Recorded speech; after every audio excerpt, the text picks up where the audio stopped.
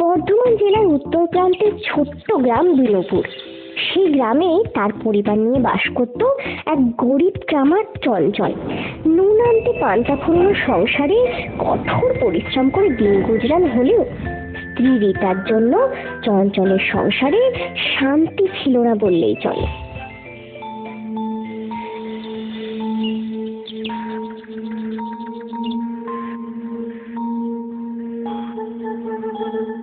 কই গো, বসে বসে আমার ঝিমোচ্ছ কেন?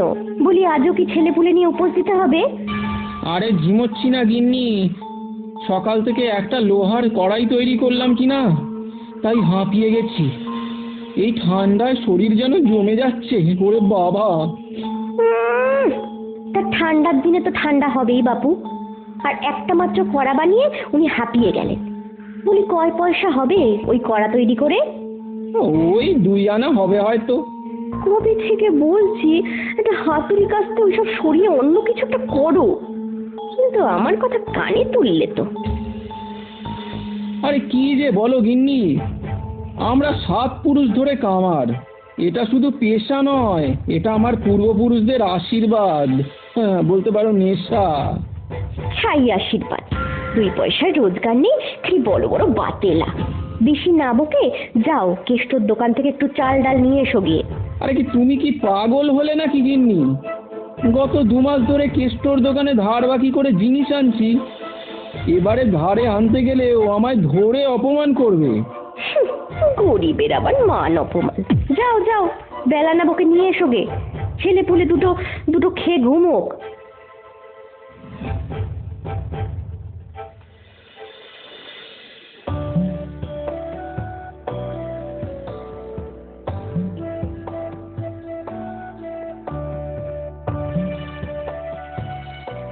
কি ব্যাপার রে চঞ্চল, আবার ধারে জিনিস দিতে চলে এলি তো? তোর বড্ড উপকার ভাই। জানি গত 2 মাস তোর কাছে 50 টাকা বাকি রয়েছে, কিন্তু বিশ্বাস কর আমি সব মিটিয়ে দেবো, সব মিটিয়ে দেবো। কি করে মেটাবি শুনি? টাকার গাছ লাগিয়েছিস বুঝি যে ঝরবে আর তুলে নিবি? যত সব। হ্যাঁ হ্যাঁ হ্যাঁ, কথা দিচ্ছি ভাই, সব মিটিয়ে দেবো।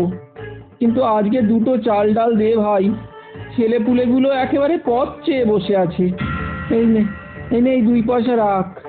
ওই 2 পয়সায় তোর আগের ধারের সিকি মাত্র শোধ হবে, বুঝলি? যাকেই নে, কিছু চাল ডাল আছে। তবে হ্যাঁ, পরের বারের টাকা শোধ না দিলে আর কিচ্ছুটি পাবে না বলে দিলাম।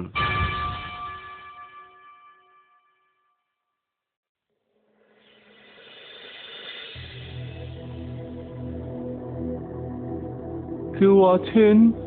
বাড়িতে কেউ আছেন?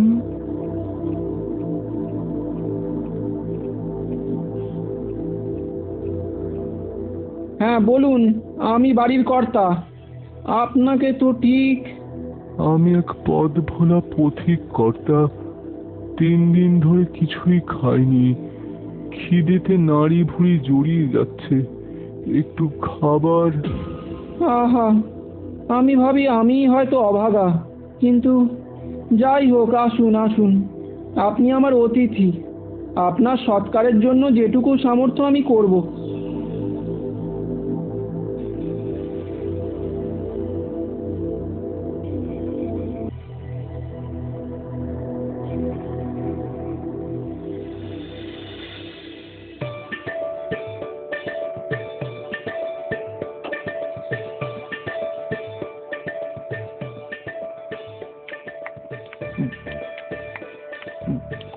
উফ, কতদিন পরে যে খাচ্ছি, যদি আরেকটু খাবার পেতাম। হ্যাঁ হ্যাঁ হ্যাঁ হ্যাঁ, আপনি একটু বসুন, আমি নিয়ে আসছি।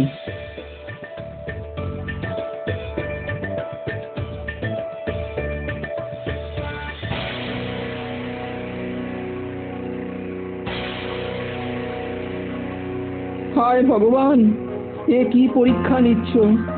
ছেলে মেয়ের জন্য আনা এই সামান্য চাল ডাল, কিন্তু অতিথিকে অভুক্ত রাখা মহাপাপ। অতিথি নারায়ণ, তার সেবা করাই এখন কর্তব্য। হ্যাঁ,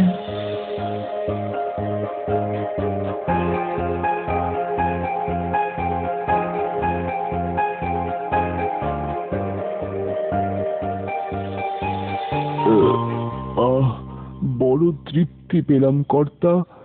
যদি কিছু মনে না করেন একটা কথা বলি। হ্যাঁ হ্যাঁ, বলুন না। বাইরে বড় ঠান্ডা, যদি আজকের রাতটা একটু আশ্রয় পেতাম বড্ড উপকার হতো। আরে হ্যাঁ হ্যাঁ, নিশ্চয়ই। আপনি এখানে শুয়ে পড়ুন, আমি কাঁথা কম্বল দিয়ে দিচ্ছি।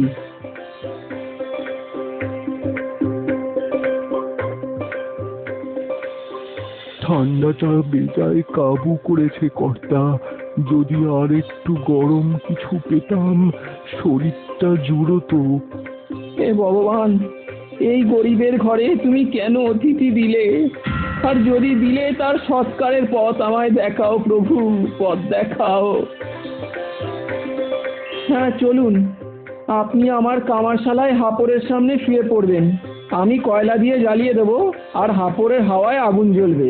আপনার শীত লাগবে না তাতে, কেমন?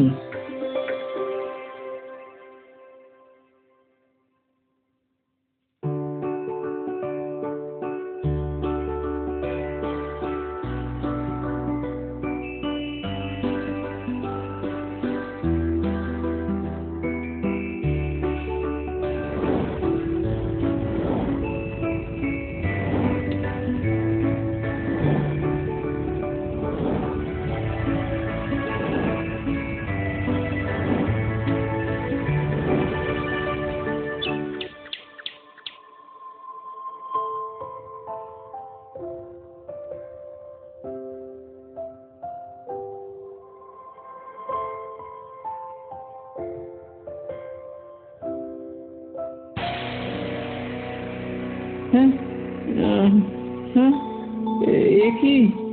এখানেই তো শুয়েছিলেন ওই ব্যক্তি। এ বাবা, ভোর হতে না হতেই না জানিয়ে কোথায় গেলেন উনি? গিন্নি, ও গিন্নি, কাল রাতে যেই ব্যক্তি এখানে শুয়েছিল সে গেল কোথায় জানো? কে? কে কাল রাত থেকে এখানে শুয়েছিল? কি আবল তাবল বকছো? সকাল সকাল মাথা গেল নাকি? আরে তুমি দেখোনি? কাল রাতে খাবার খেলো, তারপর এই হাপড়ের সামনেই তো। এই এই, বাজে না বকে, এই বটিখানা সারিয়ে দাও তো। সকাল সকাল আমার ভাই একটা জ্যান্ত রুই দিয়ে গেছে। উফ, জ্যান্ত রুই তোমার ভাই দিয়ে গেল? হ্যাঁ, তোমার দয়ায় তো কপালে একটা চুনোপুটিও জোটেনি। যাই হোক, বটিটা সারিয়ে দাও তো, মাছ কুটবো আমি।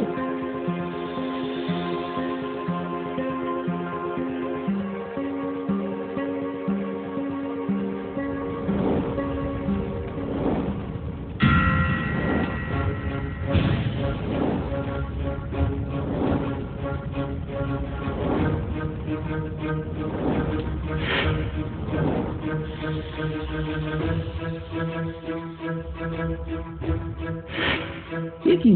এটা কি হলো? লোহার বটিটা এরকম হলো কি করে? এ তো সোনার মতো চকচক করছে কেন? কি কাণ্ড! আমার লোহার বটি এমন সোনার হলো কি করে? ও মা গো, ও বাবা গো! আরে থামো গিন্নি, থামো।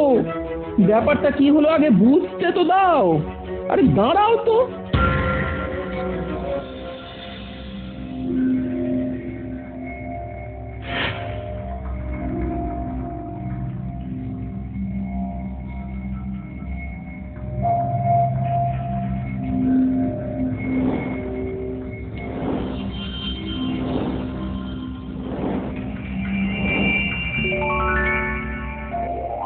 এ তো আশ্চর্য ঘটনা।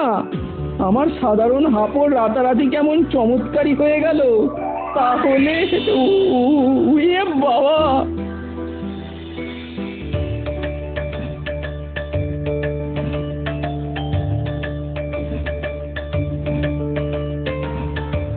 হ্যাঁ, ওই ব্যক্তি গিন্নি, ওই ব্যক্তি। হ্যাঁ, উনি কোনো সাধারণ ব্যক্তি ছিলেন না। ওনার আশীর্বাদেই আমার হাপড়। হে ভগবান, তুমি চেয়েছো, তুমি এতদিনে মুখ তুলে চেয়েছো। ওগো, আমাদের দিন সত্যি সত্যি ফিরে গেল এবার। লোহার জিনিস এই হাপড়ে দিয়ে আমরা সোনা করে নেব। আর ওইগুলো বেচে আমি আর ভাবতেই পারছি না। রীতা আনন্দে তাই ঢেই ঢেই করে নেচে ওঠে। এরপর থেকে চঞ্চলের ভাগ্যের তালা চিরকালের জন্যই খুলে যায়। লোহার জিনিস সোনায় পরিণত করে আর সেগুলোকে বিক্রি করে তাদের অবস্থা রাতারাতি পাল্টে যায়।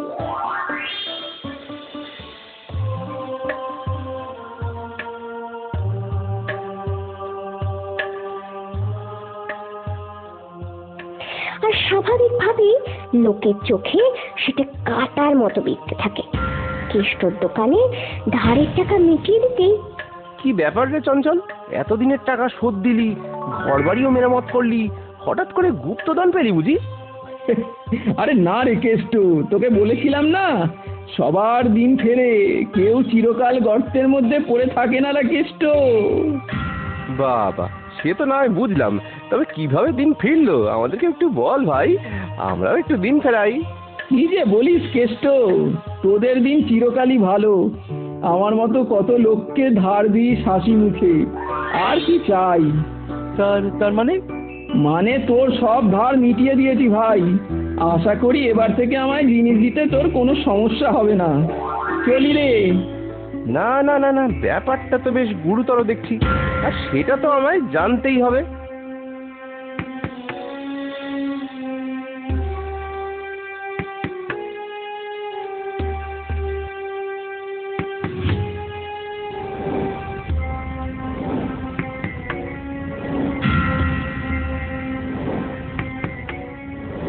চঞ্চলের জাদুই হাপড়ে লোহার জিনিস সোনা করা যায়?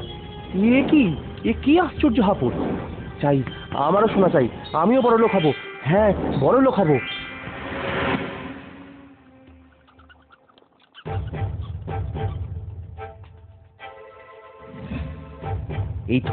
এই তো সুযোগ।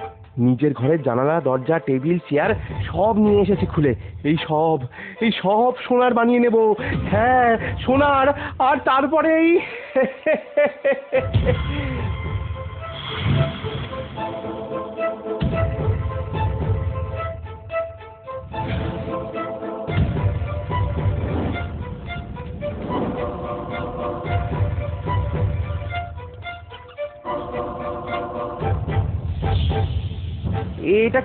এটা কি হলো?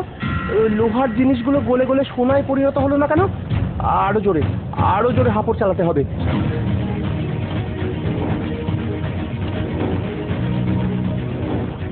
হায় হায় হায়, এটা কি সর্বনাশ করলাম আমি নিজের হাতে! লোভে অন্ধ হয়ে এটা কি করলাম! হায় হায় হায় হায় হায় হায়, এটা কি সর্বনাশ করলাম আমি নিজের হাতে!